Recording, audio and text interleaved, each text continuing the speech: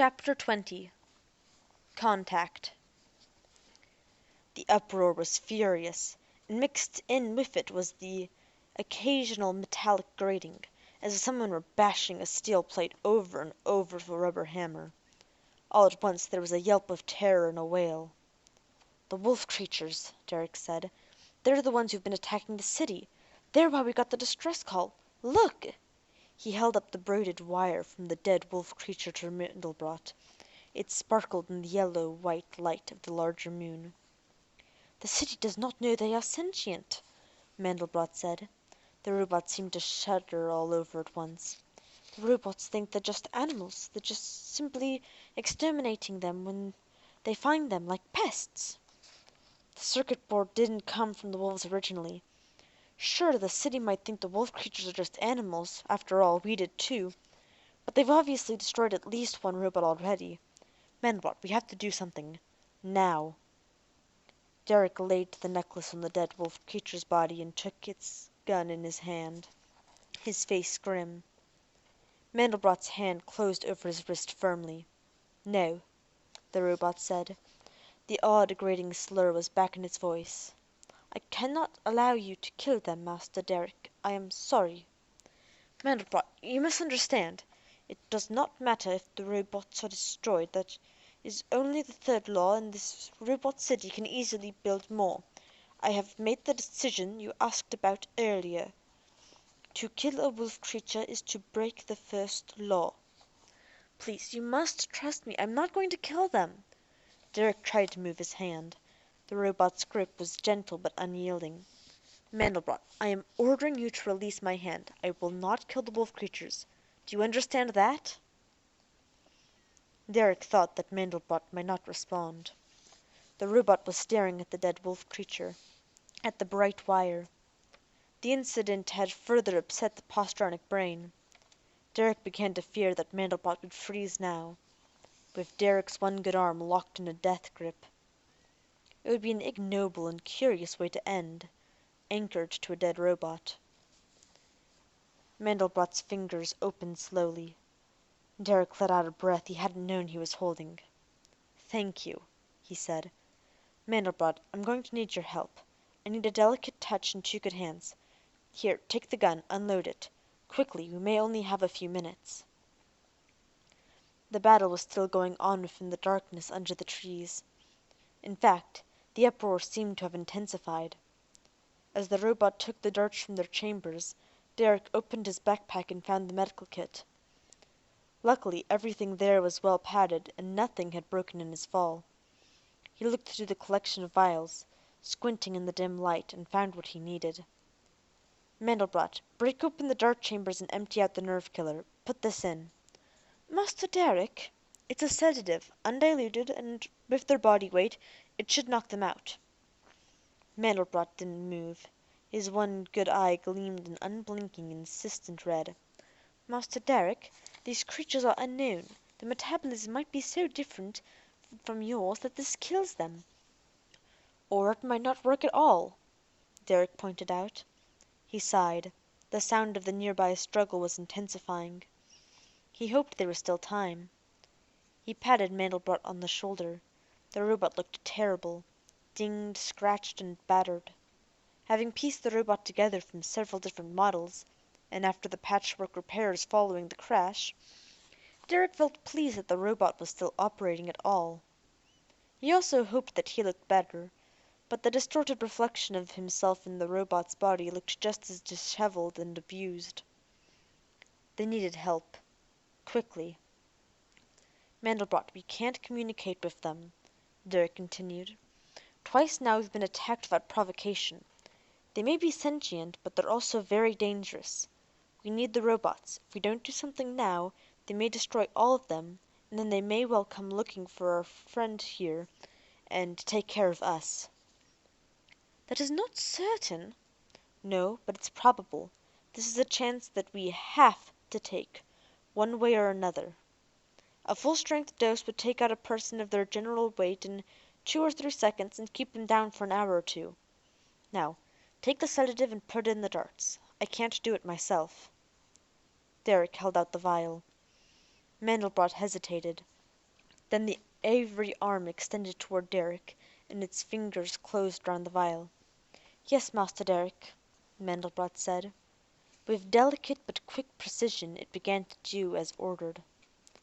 Mandelbrot replaced the modified darts into the gun and handed it back to Derek. "Okay, let's go," Derek said. The shivering, challenging howls of the wolves still came from just behind the trees. Derek shouldered the pack once more and began walking quickly in that direction.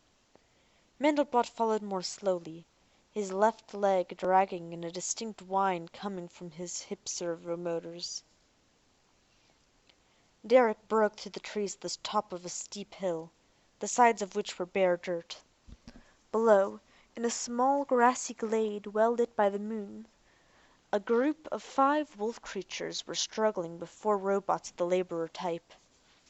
One other wolf creature lay dead from what looked to be a laser burn, but the robot fitted with the laser arm was already down. It was obvious that the wolf creatures would eventually win this battle. They harried the robots, darting in with great leaps, ripping with the claws and tearing with their jaws, and then bounding away again before the robots could hold them. As Derek watched, another of the robots slumped to the ground as a wolf creature ripped a powerful connector away in a gush of violent sparks that left glowing afterimages in Derek's eyes. Mandelbrot was still struggling through the undergrowth toward him. The wolves were nearly 2 on 1 now, and Derek knew there was no time left if he wanted to save any of the robots. He hoped this would work, but he knew that, though he couldn't say it, he was skeptical as Mandelbrot. "The way things have gone so far," he muttered under his breath. He raised the gun, sighting down the long barrel, and pressed the trigger, aiming for a gray-furred male who seemed to be the leader. A chuff of compressed air. In the glade below the wolf yelped and leaped into the air. On its hind legs it reached around and plucked the dart from its skin, looked at it and threw it down. The old wolf creature's gaze swept around the glade. It saw Derek even as he fired the gun once more, hitting another of the wolves. The old one howled and pointed. Dropping down on all 4s again, it charged. Derek counted softly as he fired 3 more times, injecting all the wolves. Another of them, unhindered by the robots, followed the old wolf's lead, and, howling, rushed up the hill toward Derek. 1, 2, 3, 4, 5, 6, 7. The wolves kept coming. They looked far more angry than sleepy, and Mandelbrot was still laboring through the trees. "Oh, Frost!" Derek hissed. The wolf creatures were fast and powerful. He knew he was not going to be able to retreat anywhere near fast enough. He doubted seriously that he was going to be able to lose them in the darkness. He threw the useless gun at the old one bounding up the hill. It missed. "That figures," he thought. Chapter 21. The Void Being. The old wolf creature leaped over the edge of the hillside with the second close behind. The old one started to leap, and then abruptly halted as if startled, pawing the ground with its clawed hands. The grizzled head cocked quizzically, and it growled something in its sibilant language. But the younger wolf creature following it had no hesitation at all. It flashed past the old one with a howl, baring its teeth and its claws flashing in mid-leap. Derek shouted and spun aside as the wolf creature hurled toward him. It missed.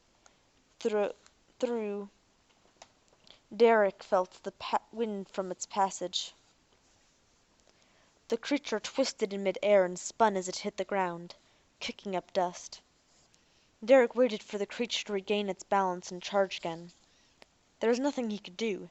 He was trapped between the old one, now snarling at him, and the young attacker. As Derek watched, trying to decide which way to run, the younger gathered itself again, whimpered, and fell on its side. The old leader had fallen as well. Down in the glade the wolf creatures had also been affected, dropping to the ground in the middle of the attack. Derek sunk down to the ground himself as Mandelbrot finally thrashed through the last trees. "Master Derek!" the robot called. "I'm all right, Mandelbrot. It worked, I think." Derek gazed down in the glade below, glad that the nights were bright here.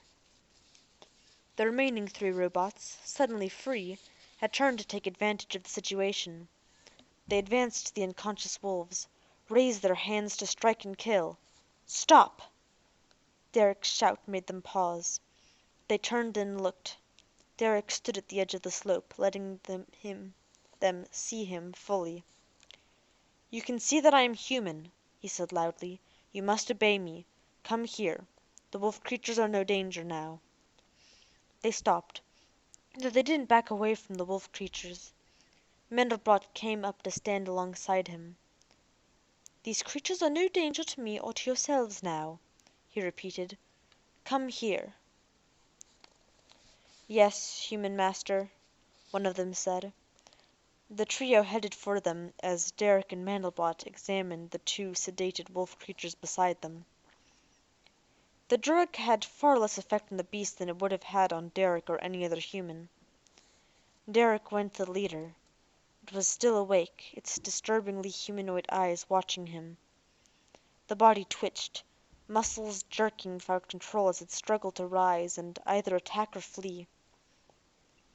Derek sat down beside it and stroked the head as he might have a dog.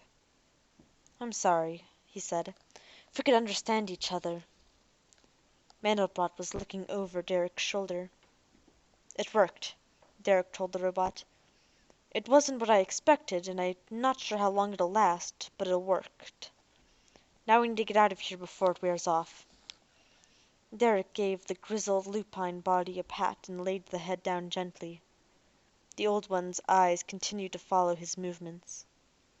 The three robots had reached them as Derek rose, slapping dirt from his palms. Derek tried to contact them via the ChemFet link, but there was still nothing there but silence. "You're from Robot City?" he asked them. "Yes." "Who is in charge there? Are there other humans? Is Avery there?" "There are no other humans. The central computer directs all city activities." Derek could feel his shoulders relaxing with their words, and he realized just how tense he'd been at the thought of another confrontation with his father and his twisted genius. He let out a deep sigh. "Then inform the central computer that you have found a human and will be returning him and another robot to the city," he said. "Tell Central that we've come in response to its distress call, and that we have information for it regarding these wolf creatures. Tell it also to open a channel to respond to Mandelbrot, the robot with me. I will communicate with the central computer through him." The robots went silent for a moment, then one of them spoke again. "I am sorry, Master, but the central computer is not responding." "Mandelbrot?" "They are correct, Master Derek. There is silence on all. Just a moment." Derek saw the other robot stiffen, as if listening to something only they could hear. His own ChemFet link seemed to be utterly dead. He could no longer hear the central computer at all. "Master Derek," Mandelbrot said, "the situation in Robot City has changed radically. The central computer has just been destroyed by a rogue robot. The city is now under control of 3 supervisor units. I have contacted them and informed them of your arrival and the situation here. They ask that we come to Robot City as quickly as possible for consultation. The robots here will guide us, and the supervisors will send out more robots in our direction to escort us in case the rogue attacks us. It seems very violent." Derek was puzzled. Surely they didn't think the rogue would attack a human, Mandelbrot. And how did the city ever lose control of it? "That is the odd thing, Master Derek," Mandelbrot answered. "It is not a city robot at all. It is not even humanoid." Mandelbrot pointed to the drugged wolf creature. "It looks like one of these," the robot said.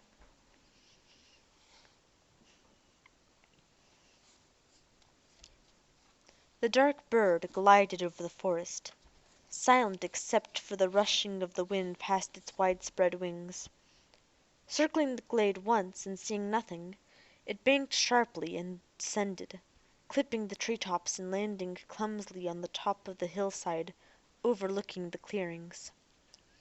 There, under the watching moons, it changed shape and became Silverside once more.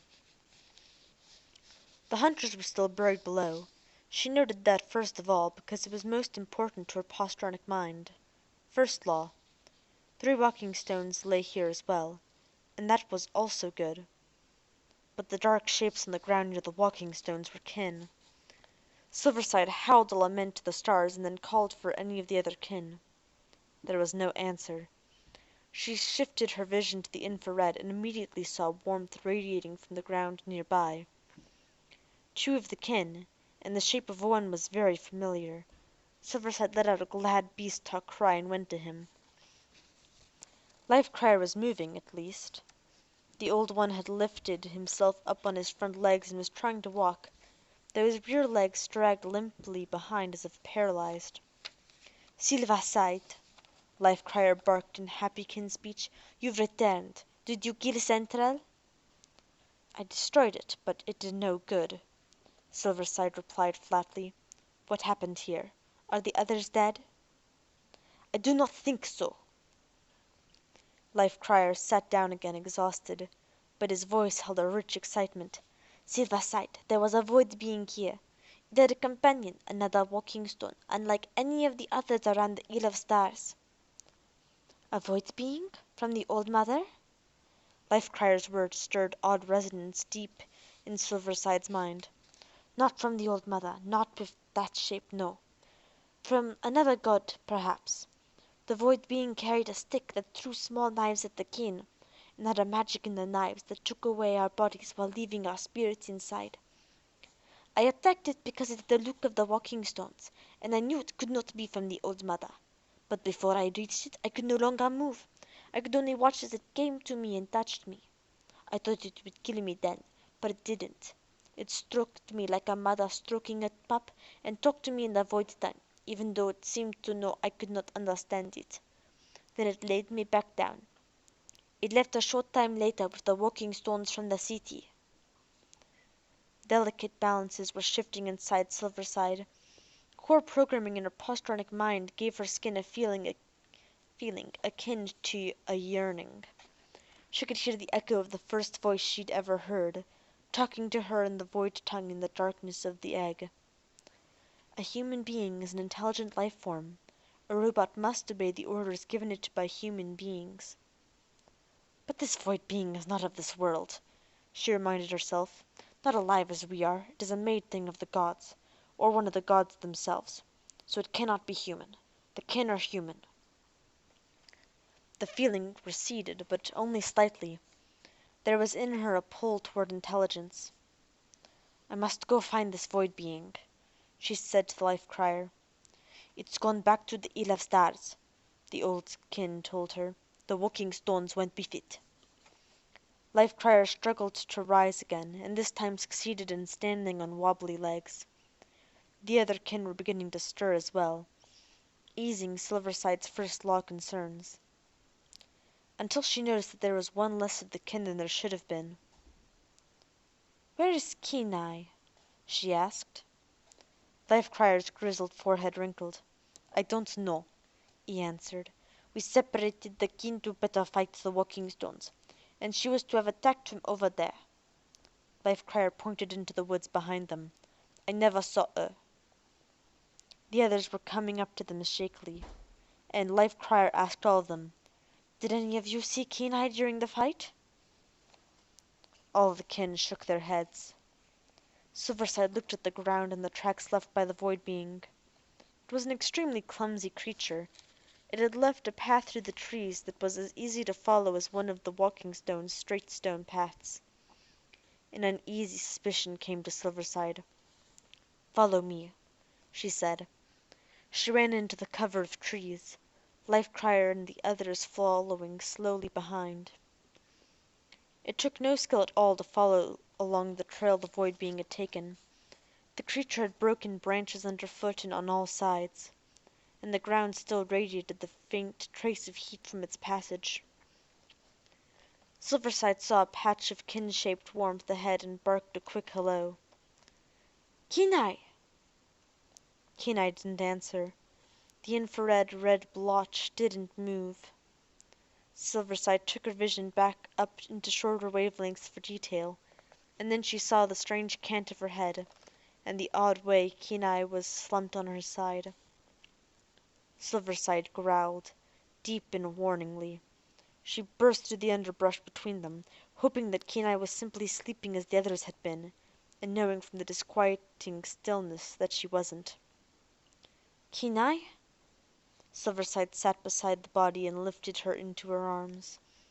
The head simply fell back, limp, the eyes open and unseeing. The neck was broken. Silverside could smell the odd scent of the void being on Kenai's fur along with the oily essence of the walking stones. That told her all she needed to know. The void being had killed Kenai. Silverside threw her own head back and howled her loss to large face, singing Kenai's spirit into the void as she had seen the kin do with others who had died. From the trees, the kin, hearing Silverside's sorrow, joined her with their own voices. The rising and falling of their song went on for long minutes, and then Silverside let the empty body fall back into the earth. It no longer held Kenai, it was simply a dead husk. "First we will return to Packhome," Silverside said to Life Crier, "and then I will come back here.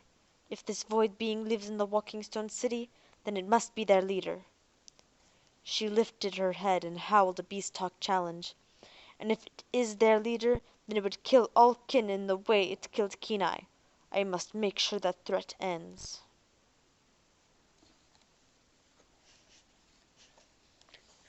Very dramatic chapter. Do with it what you will. There's how many more chapters?